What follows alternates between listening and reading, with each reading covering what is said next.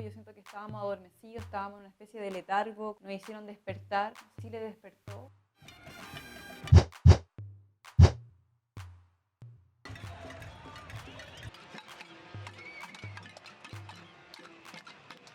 El estallido social comienza el 18 de octubre específicamente y comienza porque el gobierno decide aumentar los precios del metro y son los estudiantes secundarios, los estudiantes de instituto, los que en el fondo llaman a evadir en el metro de Santiago y luego con el paso de los días son ellos los que van convocando a otros colectivos y diferentes organizaciones y personas a este llamado y este movimiento social. La represión en Chile hoy día ha sido brutal y es importante recalcar que en Chile se están violando los derechos humanos, en Chile se está matando, se está torturando, se está violando y hay personas desaparecidas también.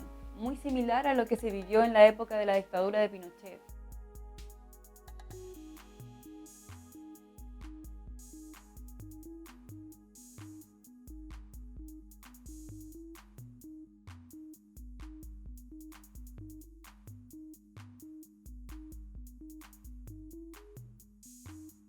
En Chile, todos los servicios que debiesen ser garantizados y que son parte de los derechos fundamentales de los humanos, todo eso se ha privatizado y por lo tanto las personas que no tienen la capacidad económica para solventarlo quedan excluidas del sistema. Yo vengo de una familia muy humilde, mi papá es taxista, mi mamá es dueña de casa, somos 4 hermanos, todos los tuvimos que endeudar para poder estudiar. Yo para estudiar en la educación universitaria tengo que pagar probablemente hasta cuando tenga unos 50, unos 60 años. Por lo tanto, si uno quiere acceder a buena calidad, a una buena atención de salud o a un buen colegio, simplemente no le queda otra opción que pagar. O si no, lo contrario, digamos, en el caso de la salud, es esperar filas eternas, digamos, hasta que te puedan llamar y te puedan atender.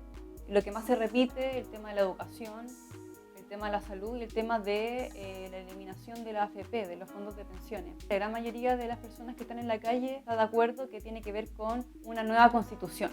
¿Por qué es tan importante cambiar la constitución que ya existe? Porque se diseña durante la dictadura de Pinochet. Es una dictadura que ha promulgado el sistema neoliberal en Chile y ha dado el permiso para que se privatice todo en Chile, para que se mercantilice la vida. Una nueva constitución puede cambiar un modelo que sea más digno para todos nosotros. Una parte de la población importante se ve resentido por la desigualdad, pero son las mujeres las que les toca con mucha más fuerza. El movimiento feminista en Chile surge, digamos, para denunciar la violencia doméstica y mucha discriminación de género en los lugares de trabajo, también en el área del trabajo de cuidado, del trabajo no remunerado. Si queremos que se construya un nuevo Chile, que se construya una nueva constitución, la voz de las mujeres tiene que estar presente. La constitución actual no contó con ninguna mujer.